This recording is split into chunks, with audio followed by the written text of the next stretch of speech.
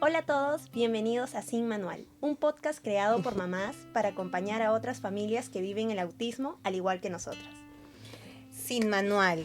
Debes de recordar que este podcast está siendo creado con este nombre porque nosotros sabemos que como padres llegamos y no tenemos una guía que nos pueda orientar de cómo criar a nuestros hijos y nosotros aprendemos día a día estas experiencias, ¿no? En base a las experiencias.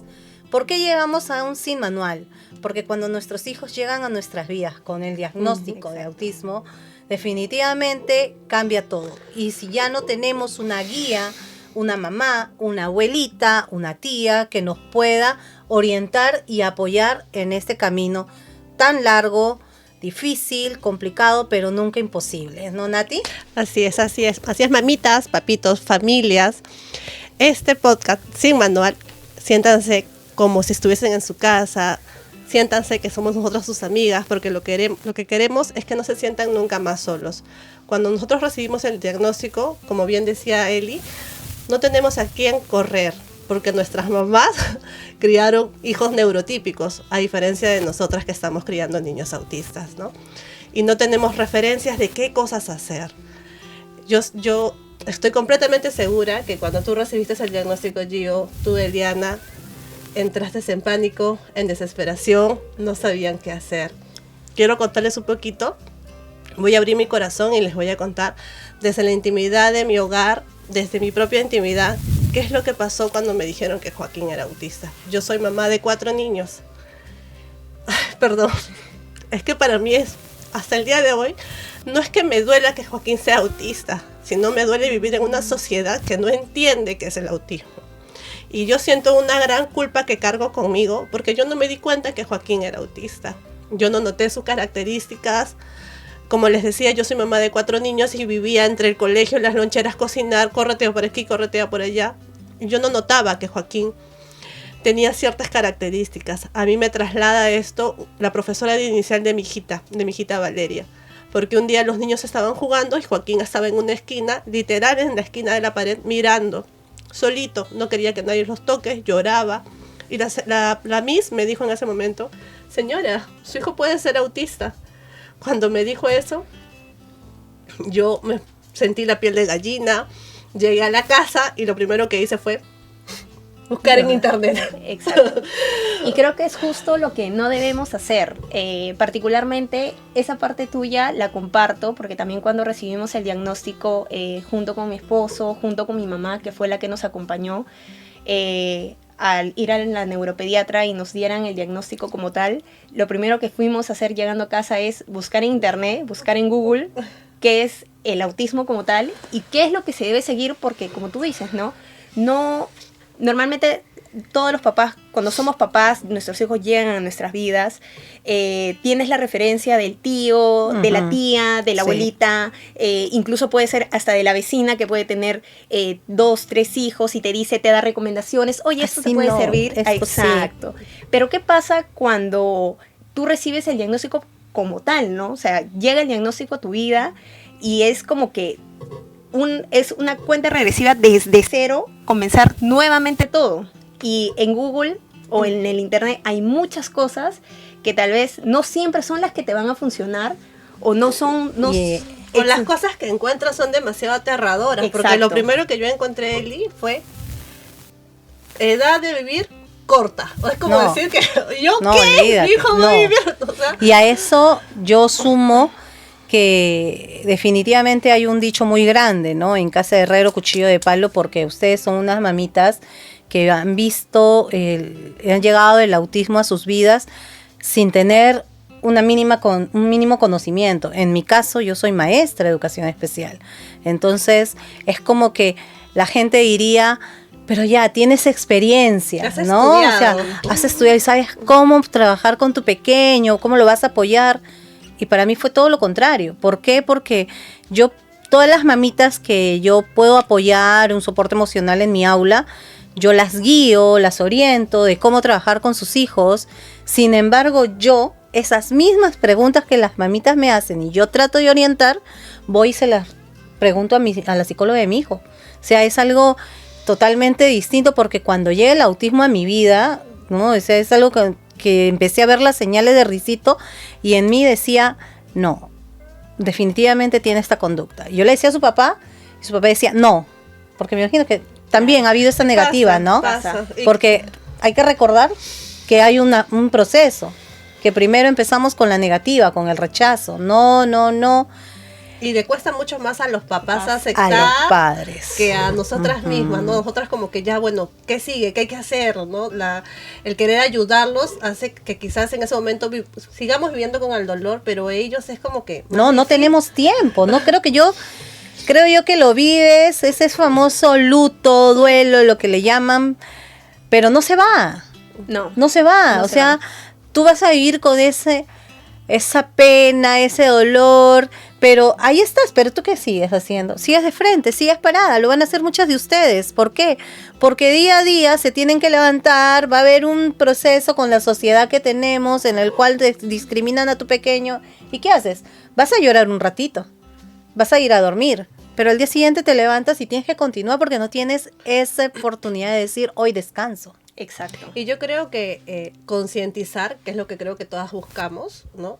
Comienza por nosotras mismos en nuestro núcleo familiar, luego a Exacto. nuestros primos, tíos, cuñados, ¿no?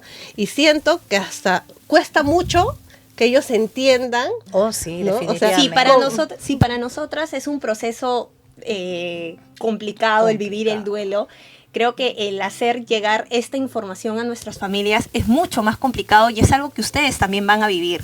¿Por qué? Porque ¿cómo le haces entender al abuelito, a la abuelita, al tío, pasa esto, sucede? Y pueden llegar preguntas como que, no tiene nada, es un simple berrinche, no, es que... O, déjalo de hambre para que hable. Cuando tenga Exacto. hambre va a pedir y vas a ver, ¿no? Exacto. Ay, no. O, por ejemplo, si sabe que por ahí te das cuenta que al llegar el autismo a tu vida, sabes que puede tener una selectividad alimentaria, es como que, no, pero ya va a comer. Que se va a hasta morir. eso lo aprendes en el camino. Exacto. O sea, tú antes decías, pero no quiere comer. Ah, ya, pero no, hasta eso tiene un nombre, que acá lo vamos a conocer. Acá en Sin Manual vamos a aprender, vamos a tener muchos invitados en los cuales ustedes van a poder conocer con nosotros lo que bien dice Gio, porque eso yo también lo he aprendido en el camino, la selectividad ¿Qué alimentaria. es lo que queremos? ¿No? Justamente hemos creado este espacio para ustedes, familia, Sin Manual, para aprender todos juntos, porque nosotros no es que seamos las grandes expertas y lo sabemos Exacto. todo, ¿no? Quizás Joaquín, por ejemplo, ya va a cumplir 8 años, ¿no? Tengo 5 años, casi 9 años, aprendiendo de autismo, pero va a llegar el momento de la adolescencia que yo no voy a saber qué hacer. Claro. Y voy a recurrir a las familias que ya han pasado por esa etapa. Aquí ¿no? vamos a poder escuchar a jóvenes autistas, adultos autistas. Vamos a esperar que puedan compartir con nosotros sus experiencias, cómo ha sido todo este proceso, porque hay adultos autistas que no se sentían identificados tal vez en su desarrollo, en todo este tiempo que han ido avanzando, y llega en la adultez que tienen el diagnóstico y recién entienden y se conocen y dicen, esa era la razón por qué yo me sentía así. Hoy nosotras solamente somos las cuidadoras de nuestros hijos. Exacto. Y eso lo saben todos ustedes, o sea, somos sus cuidadoras, porque en algún momento lo que queremos es que nuestros hijos puedan ser los únicos e independientes que puedan transmitir cómo es vivir con su condición, la cual nosotros respetamos porque es su identidad, es su ADN definitivamente, ¿no? Sí. Es exacto como ustedes dos dicen, chicas. Este podcast está hecho para que ustedes también sientan que esto es como su lugar seguro, en las cuales tal vez a tantas preguntas que se hacen y tal vez a las experiencias que nosotros podemos haber vivido con nuestros hijos, porque así al igual que ustedes, si ustedes recién están empezando en este camino, nosotras ya lo hemos iniciado. Hay cosas que no conocíamos, que hemos preguntado con los especialistas, o tal vez en el largo del camino en las terapias encontramos a una mami que tal vez ya tenía mucho tiempo ya en este camino o ya recibió el diagnóstico antes, y siempre los consejos o algo nos pueden ayudar a nosotras a saber implementarlos con nuestros pequeños y de alguna manera u otra irlos descubriendo a ellos, porque cada autista es único, definitivamente. Totalmente. Lo que tal vez le funciona a Joaquín no le vaya a funcionar a Sofi, o lo que le vaya a funcionar a Risito no le vaya a funcionar a Sofi, o tal vez lo que le funcionó a Sofi también le funciona a Risito, y entonces de verdad es eso, ¿no? De que ustedes se sientan seguras de poder compartir sus experiencias, sus preguntas, sus dudas, aprender también juntos con ustedes todo lo que viene con respecto a lo del autismo, las comorbilidades, básicamente todo ello. Oye, Sí. Yo no sé, retrocediendo un poquito, no sé si cuando a ustedes le tocó sacar la cita con el neuropediatra, que yo ni siquiera sabía que existía esa especialidad. Yo pensé que eras solamente que operaban y cosas así. Es como que te quedas en el neurólogo, el neurocirujano y cuando neurólogo. comienzas a tratar de buscar citas con eso, no es que también haya muchos neuropediatras acá en el país, son muy pocos y los que hay son bien caros. Y si te vas al estado, olvídate, no lo encuentras. Exacto. Entonces me pasa que cuando podemos conseguir la cita, que la sacamos en ARIE, lo llevo al neuropediatra Joaquín y lo evalúan, miran su comportamiento y me hablan ahí pues no de presunción de autismo. Y la doctora comienza a describir las cosas que yo tenía que hacer, pero era como que si yo entrase en una película así de terror, de suspenso, que la doctora hablaba y yo sentía que yo con la silla me alejaba y no la escuchaba. O sea, yo veía que ella movía su boca y yo no la escuchaba y yo veía a Joaquín ahí que estaba así como que chancando unos juguetes y a la vez mi cuerpo retrocedía y sentí un dolor en el estómago que tuve que decirle así a la doctora a salir afuera porque me andaban las ganas de querer vomitar.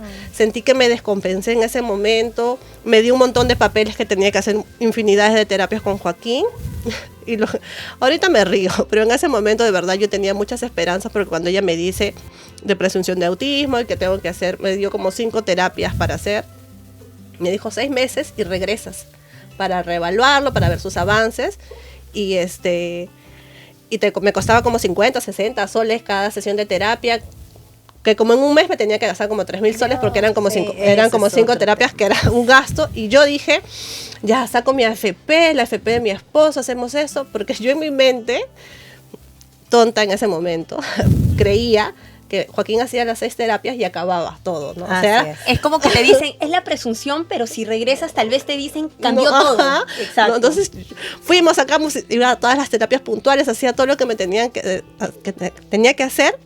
Y cuando regreso que lo revalúen, señora, 6 meses más. Y yo como, ¿y ahora de dónde saco la plata para seguir pagando estas terapias? Porque las terapias en nuestro país, ustedes lo saben, son carísimas. Recurrí al Estado. Hasta el día de hoy me están llamando para que me puedan dar las terapias porque nunca le dieron ni en su salud. Iba como pagante al Hospital del Niño, jamás me llamaron, jamás Joaquín pudo recibir una terapia. Y lo agradezco de alguna manera porque no es la calidad que ellos merecen el tipo de terapias, ¿no? Definitivamente, es algo que tú vas viendo y justo hablando de las terapias, es lo que algunos como yo llega el diagnóstico, digamos el diagnóstico en pandemia.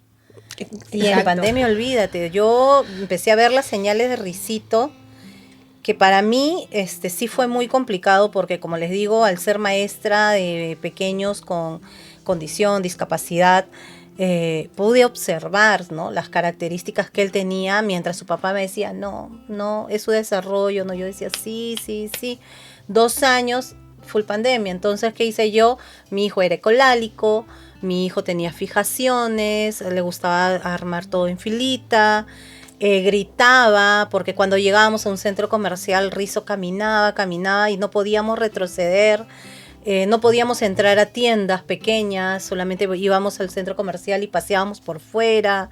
Los gritos que lanzaba cada vez que llegaba una visita a casa, fueron muchas características que me decían sí, ¿no? Entonces yo, ¿qué hice? Empecé a darle vocabulario, ¿no? Yo le pasaba de los flashcards y dije, va a hablar, pero bueno, o sea, todas estamos equivocadas al inicio, como digo, ¿no? Entonces había ese proceso que cuando salimos de pandemia y vamos a su neuropsicóloga para hacerle la evaluación de qué es en sí su diagnóstico, también me llega la presunción, ¿no? Y en ese momento, al igual que tú, Nati, o sea, yo digo, si yo ya venía preparada, tal vez yo debí de asumirlo, ¿no? Claro. Pero no, o sea, yo venía preparada. Porque, amiga, somos seres humanos, somos madres y uno espera cualquier cosa menos que te den ese tipo de noticias. Definitivamente. O sea, y como yo digo, es como les decía en un inicio, ¿no? A mí no me duele que Joaquín sea autista. Yo amo cada partícula, célula autista de él. O sea, a mí me encanta cómo es él, o sea, yo sé que la ecolalia como que es buena, como que no tanto, pero a mí me encanta cuando él me repite las cosas, ¿no? La manera en que hay que enseñarle distintas. Sí, Ya me gusta. Lo que luchamos todas acá es en esta sociedad en la que vivimos, ¿no? Que es injusta para ellos, que no tiene ningún tipo de adecuación para ellos, ni en el transporte público, ni cuando vas a un hospital.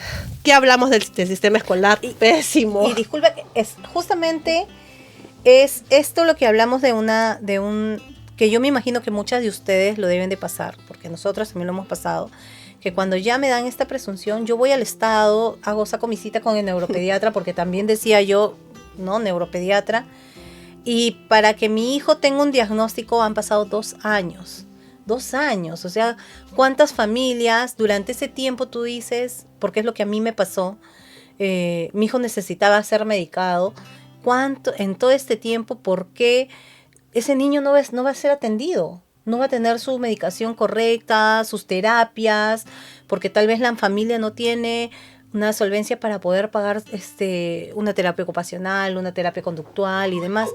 Al yo escuchar que ya mi hijo tenía la presunción, automáticamente, gracias a Dios, hemos podido trabajar con terapistas particulares, con terapias particulares, pero que ya hay también con un neuropediatra particular que llevó a psiquiatría para poder él tener todo lo que es la medicación y el trabajo que venimos haciendo.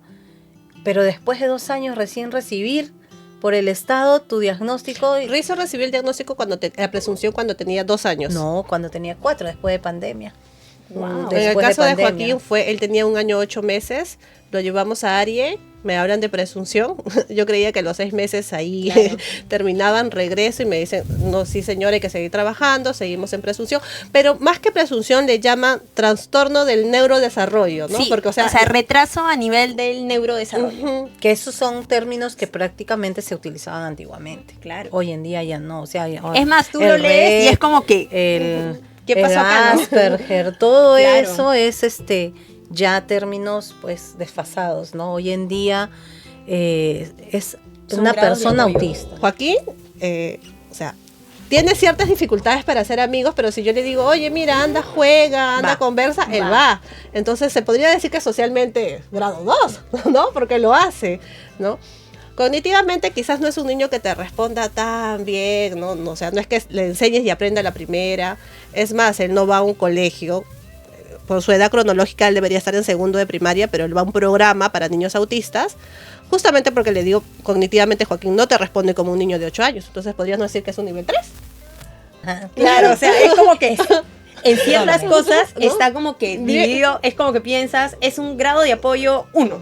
Que recordemos del espectro, ¿no? O sea, nada es lineal. No. Definitivamente esa es una frase y muy cierta. Nada es lineal, menos en el espectro, ¿no? Nosotros dolió, bien lo has dicho tú hace un momento, Nati, dolió el diagnóstico, hemos llevado nuestro proceso, estamos en la aceptación, estamos en el apoyo, ya no digo que dejó de doler. ¿Por qué? Porque lo que aumenta ese dolor es lo que vivimos, cómo vivimos, pero sin embargo no son iguales, pues, ¿no? O sea, es lo mismo, mira, están tan dispersos, ¿no? Rizo tiene un diagnóstico que es un grado de apoyo 1, ¿no? Es un grado 1. Sin embargo, para la neuropediatra de la salud es un grado de apoyo 2. ¿Por qué? Porque efectivamente, ¿no? O sea, tú dices, pero tu hijo es independiente, bien, 1. Tiene comunicación, 1. Pero la conducta es moderada, 2. Entonces, hay esos y es lo que más lo define. Exacto, es lo que más lo define, la conducta, la conducta. Y mira, justo hablando de todo ello, particularmente puedo decir, tú que me dices, Eli, y comentas a todas las familias que nos están viendo, que por ejemplo tú eres profesora de educación especial. Y yo me imagino, de verdad, que la llegada del diagnóstico a tu vida, teniendo la profesión que tienes, puede ser más complicado. Y particularmente les cuento de que, por ejemplo, mi mamá es profesora de educación especial hace 12... Hermosa, linda maestra. 14 años aproximadamente. Y cuando ella nos acompaña a la neuropediatra para que puedan chequear a Sofi, nos digan todo, porque para eso nosotros teníamos esa ese indicio ya desde que Sofi tenía un año y medio, aproximadamente, y era como que no, o sea, mi esposo lo pensó, me dijo, Gio, yo también lo he pensado. Cuando yo se lo comento a él, él me dice, Gio, yo también lo he pensado, no te lo quería decir, me dice, pero para mí también. Llega la pandemia. Perdóname que perdón. Yo me van a conocer, yo soy experta interrumpiendo conversación. Es ahí donde yo cargo mi culpa, ¿sabes? Porque, o sea, ustedes son padres primerizos y ella dice, no, nos dimos cuenta desde que tenía un año. Y yo decía, ¿y qué hacía yo cuando Joaquín pero yo no tenía soy un primeriza. o sea, y también su dolor, me imagino, o sea, acá dolor más fuerte ni menos fuerte, o sea, cada uno lleva un proceso y un dolor diferente, pero a todos nos duele. ¿No? Exacto. No es que a ti te dolió más, a mí me dolió menos, no, a todos nos duele. Pero, o sea, cuán pendientes han podido estar ellos para poder darse cuenta que a un año tu niño ya presenta características. Pero amiga, créeme que la culpabilidad no es tanto así, porque mira, nosotros cuando comenzamos a notar las características con Sofi, nosotros pensamos, porque mi esposo trabajaba, yo trabajaba, Sofi se quedaba al cuidado de alguien, y era como que tenemos amigos que tienen sus hijos de contemporáneos, se llevan 2-3 meses con Sofía, y nosotros decíamos, pero ¿por qué ellos sí lo hacen y mi hija Claro, no? los comparas. O sea, exacto. Porque ellos sí, y nos entraba la culpabilidad como papás a nosotros, porque decíamos, es que hay alguien que se queda en casa que es la mamá. En nosotros no se quedaba ni papá ni mamá. Entonces, ¿qué pasaba? No, por ser hija única, engreída. Sofi es la primera nieta de mi mamá, la única nieta de mi mamá, y era como que, no, es la primera nieta, es la única chiquitita en casa, entonces es por eso, es por el otro. Pero nos entraba ese son de culpabilidad de, estamos trabajando porque le queremos dar lo mejor a nuestra hija, pero nos estamos perdiendo momentos con ella que tal vez nuestros amigos, por alguno de ellos quedarse en casa, sus hijos ya hacen esto, ya hacen el otro, ya identifican. Por ejemplo, particularmente Sofi demoró mucho en caminar. Es más, nuestra historia de nosotros comienza a los 6 meses. Sofi no se lograba sentar y la primera terapia que empezamos, sin saber lo que nos preparaba la vida, fue terapia física. ¿Ves? Sofi empezó terapia física, que fueron 3-4 meses, hasta que Sofi ya paramos con la terapia y sin imaginarnos que tiempo más tarde íbamos a retomar, no solamente con una, sino con varias terapias, 2, 3, 4 terapias que nos indicó la neuropediatra, pero justo eso iba, ¿no? Qué complicado puede ser para, por ejemplo, tú en tu caso, o en todo caso como para mi mamá, tener la profesión que tienen y en ese momento que te llega que no podemos y sentirte hacer nada, que no sabemos nada. Exacto, y sentirte que con tus alumnos sí puedes, pero con alguien que es más allegado a ti, que es tu familia misma, no saber qué hacer. Porque nosotros cuando recibimos hay sentimientos de por medio. Exacto. A veces los sentimientos también no nos dejan ver con claridad, no nos dejan pensar con claridad. No, y yo, mira, la culpa, y obviamente la culpa yo también la he sabido sentir. No solamente viene por qué no me di cuenta o por qué no lo atendí a tiempo, sino en mi caso viene y es por mí. Es por mí, o sea, eso es algo que sí, eso me llevó o lo saqué ya con mis sesiones, porque yo también soy paciente en la cual me atiendo con mi psicóloga, con mi psiquiatra, porque yo dije, es por mí, o sea, y no me di cuenta en qué momento no, o sea, tú no te pones a pensar porque tú no dices, ay no, y si yo traigo un hijo y mi hijo tienes, no, definitivamente tú no vas a venir creando a tu pequeño, ¿no? Porque como yo tengo un hijo mayor de 25 años y mi Sergio es un niño diagnosticado con TDAH, era un TDAH muy complicado. Sinceramente, Sergio no podía estar en silencio. Su silencio era miedo. Y yo dije, wow, Sergio, no tuve la experiencia, a pesar de que no tenía la vasta experiencia para poder tenerle esa paciencia, ese empuje. Yo a pesar de eso leía y ya era maestra. Y me iba donde los maestros y me sentaba y le decía, esto vamos a trabajar con mi hijo, por favor. Algunos no me escuchaban, otros sí. Sin embargo, yo me puse a trabajar en colegios de básica regular de los colegios donde estaba mi hijo, para yo poder estar a su lado, ¿no? Ya cuando él se va, lleva Sergio con Rizo? 17 años. Bastante. Ya cuando Sergio sale del colegio dije, ahora sí mi carrera. postulo, me voy al estado especial, a la escuela especial, y tengo a Risito, ¿no? Y a los 2 años que estoy en el estado, en la educación especial, empiezo a ver a Rizo. Entonces, cuando yo ya voy al neuro y empiezan a hacerme las preguntas, ¿alguna familia? Mi hijo tiene TDAH, y mi familia, y por ahí. Y yo dije, era yo, no es su papá. Y yo decía, por mí. O sea, y cuando empiezo con mi psicóloga le dije, ¿no? O sea, yo sé que es mi culpa, pero como bien lo dices, ha sido mi proceso, porque hoy yo aplaudo, abrazo a mi hijo, lo respeto como es, y lo que hago es, cada terapia es reforzar su persona, que él logre ser la persona que es, con esas características maravillosas, con esas dificultades las va a presentar, pero yo sé que las va a lograr vencer. Hoy, por ejemplo, hoy Rizo, estamos en plenas actuaciones del Día de la Madre, y hoy Rizo salió a hacer su primera declamación, que para mí fue maravilloso, porque lo veo adelante, solo, haciendo una poesía, un niño que pues definitivamente tiene problema para la atención, y que le cuesta mucho, y que está en terapias. Dije, wow, ¿no? Entonces, las culpas vienen por todos lados. Eso sí, yo lo aprendí. La culpa viene hasta el por qué no me di cuenta, Exacto. de por qué no la ayudé, y de por mi culpa él tiene esta condición. Con la carga pero genética.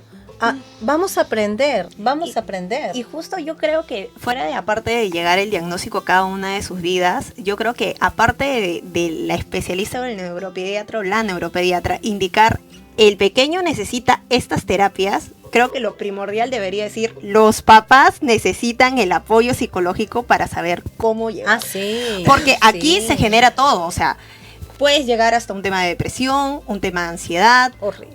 de verdad, o sea, ¿Qué complicado. mamá atípica no es ansiosa? Creo que un 90%. Un 90% de todas las mamás atípicas somos. O ya tenemos estás, ya ansiedad. estás pensando lo que va a pasar el sábado y recién estás lunes. No, y estás durmiendo y estás pensando qué va a suceder el día de mañana. Y eso que tú mencionas, Gio, es cierto porque por ejemplo, ¿no? La psicóloga de tu hijito te dice, él tiene que recoger los juguetes porque igual tiene que tener normas, recoge, pero el papá por detrás está, yo ayudo. No, déjalo, que él lo puede hacer solo. Entonces, yo veía que mi esposo le quería dar a él, ayudarlo, no lo dejaba ser independiente. Miss Patti, por favor, necesitamos una sesión. Y a partir de ahí lo sentamos, le habló, y desde ahí hasta el día de hoy, gracias a Dios, somos un súper equipo, ¿no? Pero sí, o sea, se necesita tener el apoyo psicológico. esas, le dicen terapia familiar. Que es lo que Exacto, decimos terapia nosotros familiar. cuando Joaquín ya lo saco de Ari porque era insostenible poder pagar esas terapias. Lo llevamos a una terapia a un centro de terapias que estaba más cerca de la casa. Y la psicóloga me dijo, señora, yo no puedo trabajar conducta con su niño tiene 2 años, me dice. Con ustedes, Ajá. Con papás. ustedes, Ajá. con ustedes empiezo. Sí, y comenzamos, iba a terapia yo, mi hijo, bueno, comenzando yo por delante, mi hijo, el mayor, Joaquín y yo. ¿No? Íbamos los 3. Después iba otro hijo, porque tengo 4, se turnaba, ¿no? Claro, Hasta porque- completar la familia. Claro, porque en realidad es que cada uno, que la familia, más que todo la nuclear, vaya aprendiendo cómo ir manejando situaciones, porque si para nosotros como papás es difícil, yo me imagino que en su caso, que ustedes tienen otros hijos, es cómo aprende el hermano, cómo lo ayuda, porque es totalmente diferente. Y yo puedo decir que yo tengo una familia maravillosa en ese lado, porque no solamente viene de papás, que bueno, ya no tengo a mi papito, porque sino viene de todo el entorno, ¿no? O sea, cuando Rizo recibe este diagnóstico, mis hermanos aprendieron a entenderlo, mis tías son comprometidas y aplauden cada avance de mi hijo como si fueran ahí, las pegaditas de casa. Entonces, todos aprendieron este proceso. Y yo sí tengo esa dicha, ¿no? Pero así como yo tengo esta dicha, yo he podido ver muchas familias, ¿no? Porque como maestra he podido ver mamitas guerreras, de verdad, mamitas que sé que tal vez están solas, se sienten solas porque por ahí el papá toleró el diagnóstico y simplemente Lo más se fácil fue. porque sí lo he visto, mamitas que dejan a sus pequeños en el colegio y no es que sienten una liberación, sino que es el momento para ellas para poder cerrar sus ojos, porque tal vez toda la noche la pasaron despiertas, porque el pequeño no duerme, y ellas tienen que estar vigilantes, y recién cuando van a la escuela pueden tener un minuto para descansar. Mamitas que pues el pequeño no habla, entonces es un autista no verbal, y tú agarras y tienes que ingeniártelas para comprender, exacto, para ver, vienes con tu cuaderno de comunicación, con tus pictogramas, y así muchas familias. Yo he visto mamitas que sus pequeños son grandotes y se les cuelgan ya y los cargan y los llevan. Uy, no, pero definitivamente son mamás guerreras. Y creo que justo es a lo que ustedes también dicen, y también transmitirle esto a las familias. Esto es un camino largo. Tal vez ustedes recién lo están iniciando y sienten que como si el mundo se les fuera a caer, pero realmente no. Créanme que si alguien o tal vez alguna persona puede decir, sí, nos levantamos, sí, estamos para ser fuertes o sacamos fuerza donde no la tenemos, créanme que cuando eres una mamá con algún pequeño con diagnóstico no solamente de autismo, con cualquier tipo de diagnóstico, es que hasta tú no te sorprendes, o papá, mamá, tío, quien sea, quien esté más involucrado en todo ello, que de verdad te sorprendes porque no sabes ni de dónde sacas tanta fuerza. Y creo que la mayor motivación es tu hijo, tu hija, tu sobrino, o quien tenga el diagnóstico como tal, sea de TDAH, sea de autismo, sea síndrome de Down, sea cualquier diagnóstico, y hasta uno mismo se sorprende. Pero sí, o sea, créanme que dentro de este camino, sí, los logros más chiquititos los van a celebrar como nunca, porque al final creo que nunca vamos a dejar de aprender, y nunca vamos a dejar de parar. Dejamos de ser y que no se frustren, sobre todo, que no se frustren, porque a veces nos dan ciertas indicaciones cuando salen de terapia o qué sé yo, y no se cumplen con los ítems logrados. Te frustras cuando, o sea, yo digo, no, porque yo vivo y me imagino, y tú hace unos días justo nos estabas contando, o sea, que ya me dijeron que no son regresiones, que son retrocesos, es la palabra, ¿no? Que estamos avanzando, lo logró, y ya después de un mes, 2 meses, 3 meses, o una semana, otra vez vuelve a hacer lo de hace unos meses atrás, y tú llegas a casa y dices, ¿pero por qué? ¿Por qué si ya estábamos tan bien? O si siento que lo estoy dando todo, o sea, ¿qué más? Es lo que me está pasando ahorita con Joaquín. Joaquín nunca jamás ha tenido problemas para escuchar. Bueno, él ha sido selectivo incluso para ciertos ruidos, ¿no? Pero como que los toleraba o lloraba, y era una cosa media baja que lo podíamos manejar, ¿no? Las situaciones las podíamos manejar. Pero de pronto comenzó a salir a la calle y era ¡ah, wow, wow! ¿no? Y él mismo buscaba desesperado ponerse papel, ¿no? Y yo dije, no, definitivamente necesita ponerse sus canceladores de ruido, ¿no? Porque cuánto le debe doler para él pedir que le pongamos papel higiénico en las orejas. Y es lo que les venía contando, ¿no? Es que hay personas, hay familias, hay mamitas o padres que dicen, ¿no? No, yo no le quiero poner el cancelador porque yo quiero que mi hijo lo logre, yo sé que lo va a hacer, o porque se va a acostumbrar. Pero lo voy a limitar, la palabra limitar ahí me tiene, ¿no? Pero en ese proceso estás lastimando a tu hijo. Porque no sabes dentro el de daño ello que le se hace. abruma, puedes generar un montón de cosas que esto puede desencadenar. O que coma todo, todo, porque debe de comer. Pero tiene su selectividad y debemos respetar. Una pregunta, ¿a ti como maestra no te ha pasado mucho? Porque cuando Joaquín hubo una época que estudió en un CEBE. CEBE son colegios especiales. Básica especial. Entonces, ahí se trabajaba, bueno, en ese tiempo Joaquín hablaba muy poco, muy pocas palabras, ¿no? Y las que les decían no se les entendía. Y ahí trabajan con PECS, ¿no? Que es un libro de comunicación, ¿no? Que, por ejemplo, quiero agua, hay una manito, un vasito de agua y una mamá, ¿no? Que el niño arma su oración y de esa manera se comunica para poder solicitar porque no tiene verbalidad, ¿no? Entonces, pero yo he escuchado muchas veces que las mamitas dicen, no le quiero enseñar eso porque lo voy a limitar, ¿no? Y el niño ya tiene 10 años. No, lo que pasa es que dicen que cuando empiezan, ¿no? Por ejemplo, las mamás o papis se niegan porque dice, no, pero yo quiero que hable. Si le doy el PEC, no va a hablar. Pero es que exactamente el cuaderno de comunicación, que son los PECs, es un sistema alternativo aumentativo, porque son los SAC, sistema aumentativo y alternativo de comunicación. O sea, para aquel niño que tiene verbalidad, va a ser un medio aumentativo, porque vas a lograr formalizar. No es que él solo te va a mostrar la figura, tú vas a llegar a que él te hable, ¿no? Tú le dices, muñeco, él te va a repetir, muñeco, y le vas a dar.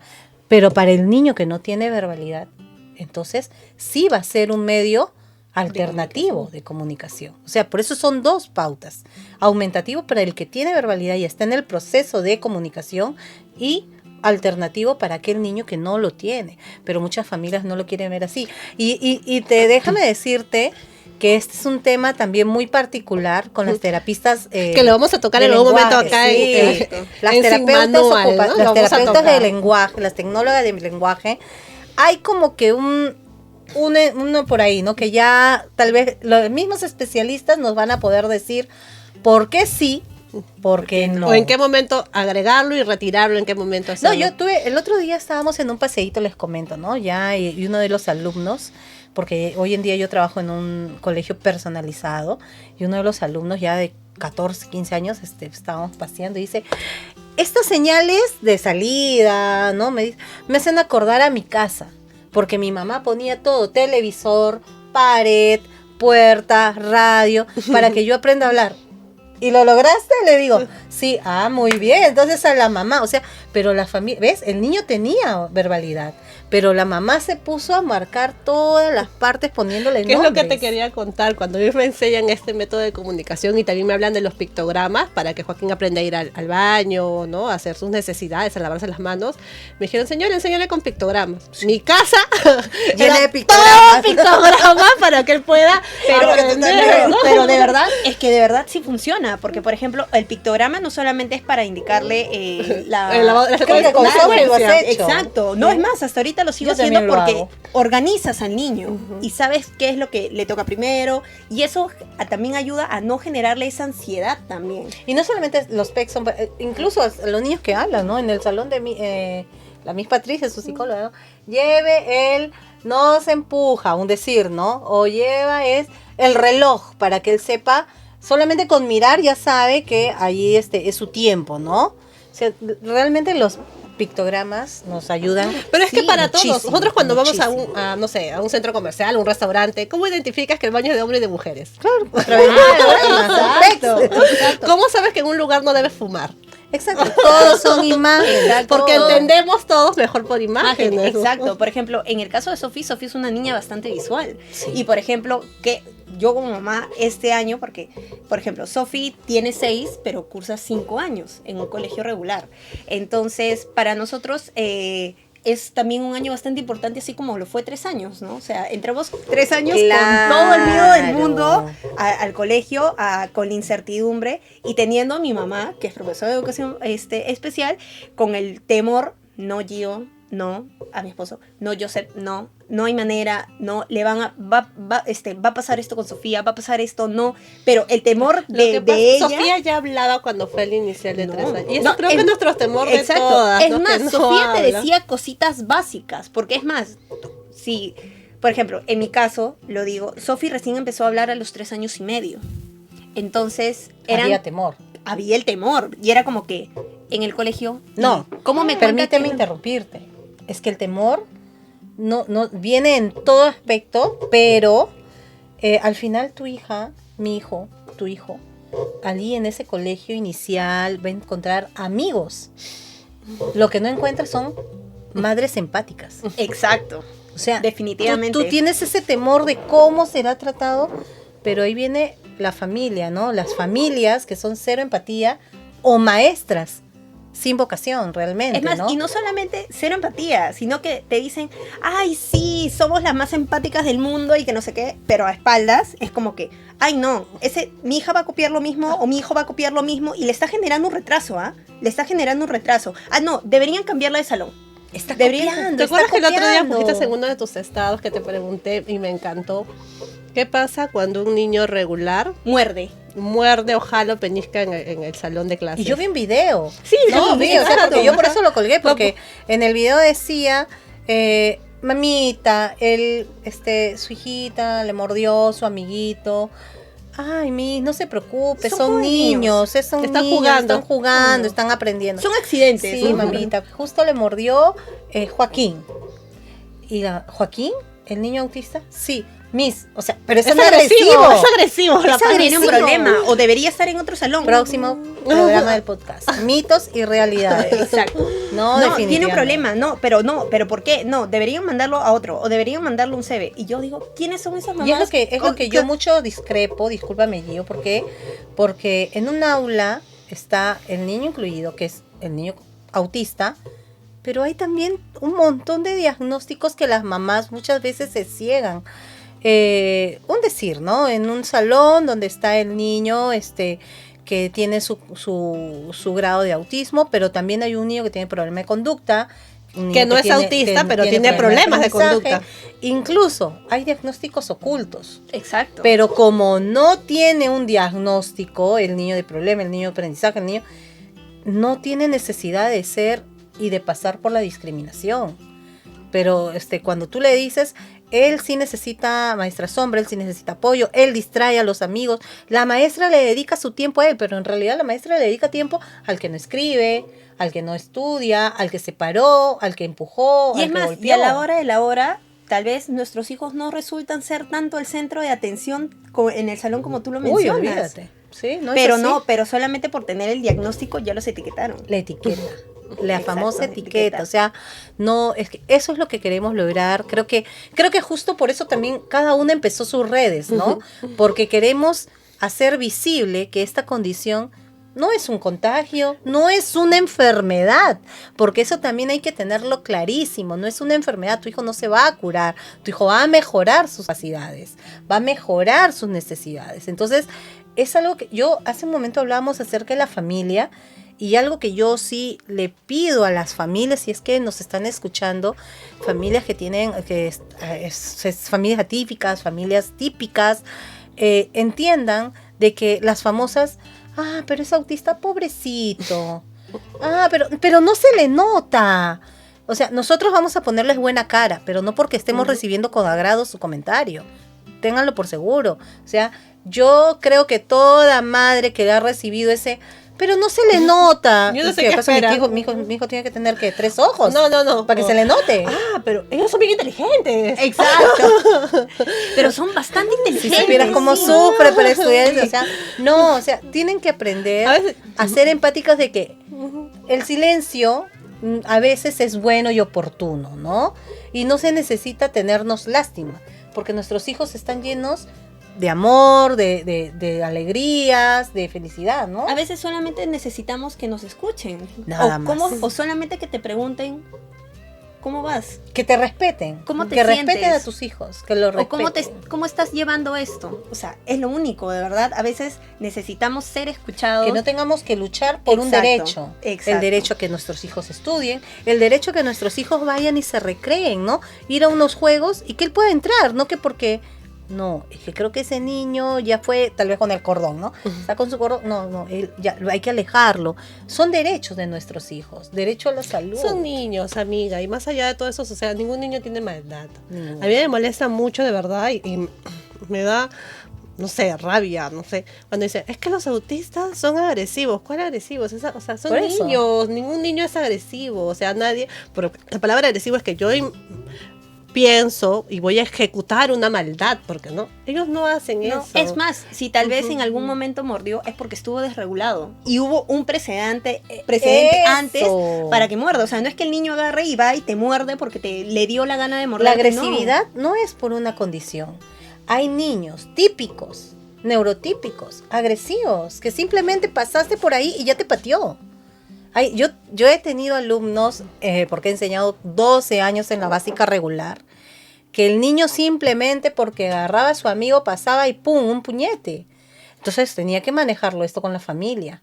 Pero ahí vean, entonces, y el niño no era ni autista, no era TDAH, no tenía problema de aprendizaje, era problema de conducta. Y el problema de conducta acarrea su agresividad, claro. En este caso. O sea, pero no que era. Tampoco es culpa del niño. Claro, porque esto incluso puede venir... Nada va a ser culpa del niño. Puede haber un tema trasfondo, de familia, porque uno no sabe, como tú dices, en el colegio tú los ves 4 o 5 horas, pero ¿tú acaso sabes qué es lo que pasa en casa? No. Y ahí regresamos nuevamente, que es muy importante cuando recibes el diagnóstico, primordial, terapia para la familia, terapia para los padres. Tú sabes que yo también estuve, bueno, hasta el día de hoy llevo acompañamiento psicológico. Y no solo por Joaquín, es por mí misma, ¿no? Porque yo necesito curar heridas de la infancia, reencontrarme con mi Natalie niña, abrazarla y decirle que las cosas que pasaron no fue culpa de ella, fue simplemente circunstancias de la vida, ¿no? Y el poder abrazarme con esa Natalie de la infancia me ha hecho que yo me convierta en una mejor madre para mis hijos, ¿no? Porque yo era de las mamás que gritaba, castigaba, ¿no? Es más, mi hijo mayor siempre me dice cuando a veces Joaquín le da que grita y quiere todo rápido. Mamá, ya castígalo como lo hacías conmigo, ¿qué te pasa? ¿Por qué? No actúas como con nosotros, ¿no? Pero sí, definitivamente es buena un familia. tema, gracias, para aprender y vamos a ir conociendo mucho Créeme más. que vamos a hablar de muchísimas cosas porque esto también involucra, creo que, varios temas. Incluso creo que a raíz del diagnóstico también tenemos muy poquísimos amigos que son así contaditos con los dedos. Antes del diagnóstico éramos como que otras personas con 100,000 amigos. Después del diagnóstico es como que Las cuento. comienzas a contar Él quiénes son los que ¿no? Que una de sus... comenzó a hacer redes para concientizar. Sí, yo también comencé a hacer redes para concientizar, pero yo sentí mucha soledad. Me sentí muy sola y yo me creí la única mamá en el planeta Tierra que tenía un hijo autista. Y después yo decía, no, pero debe haber alguien más, o sea, no puedo ser la única. Y dije, no, voy a tratar de hacer redes para ver si encuentro otra y nos podamos ayudar entre ambas, ¿no? Pero ¿qué es lo que buscamos ahorita acá? Y así nos hemos encontrado nosotras. Y es lo que buscamos en Hemos Sin logrado. Manual, ¿no? Que ustedes, papás, familia, no se sientan solos, ¿no? Nos tienen aquí cercanas, de poder escucharlas. Deseamos de todo corazón que nos regalen like, que nos puedan dejar en los comentarios qué temas les gustaría escuchar, Sí. a qué especialistas les gustaría tener aquí. Síganos en las redes, den este like, como dice nuestra amiga Nati, pero dejen esos comentarios para nosotros el siguiente programa, poder leerlos y debatirlos, porque esta vez estamos presentándonos ante ustedes para que en las siguientes oportunidades podamos tener también invitados que van a poder orientarlos muchísimo, ¿no? Claro, hemos contado cada uno un poquitito de cómo ha llegado el autismo a nuestras vidas, a nuestras familias. Un poquito porque, de verdad, si tuviésemos Más tiempo, que contar, tuviésemos mucho por explayarnos, créannos.